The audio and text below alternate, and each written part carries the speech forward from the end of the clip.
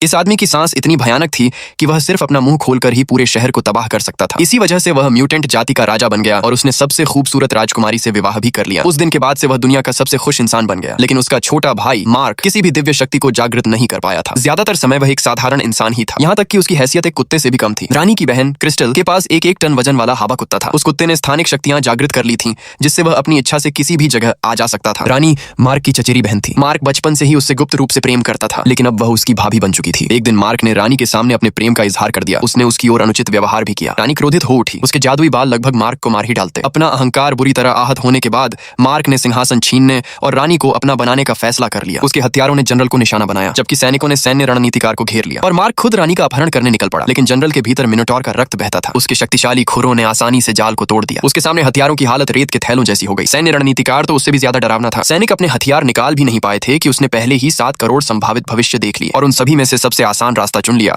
जिससे वह बिना किसी कठिनाई के सभी सैनिकों से निपट गया। रणनीतिकार ने तुरंत हावा कुत्ते को राजा को बचाने का आदेश दिया, लेकिन कुत्ता मानव भाषा नहीं समझता था। उसी समय रणनीतिकार को पृथ्वी पर टेलीपोर्ट कर दिया गया। रानी का अपमान करने के बाद मार्क ने राजा को भी चुनौती भरे अंदाज में अपनी हरकतों का बखान किया। मार्क जानता था कि राजा सिर्फ अपना मुंह खोलकर उसे अस्तित्व से मिटा सकता है, लेकिन उसने शर्त लगा ली थी कि राजा ऐसा करने की हिम्मत नहीं करेगा, क्योंकि एक बार राजा की शक्ति गलती से उसके माता पिता को नष्ट कर चुकी थी। उस हादसे के बाद उसके परिवार में केवल उसका छोटा भाई मार्क ही बचा था। सौभाग्य से हावा कुत्ता समय रहते राजा तक पहुंच गया और उसे सुरक्षित रूप से पृथ्वी पर ले आया।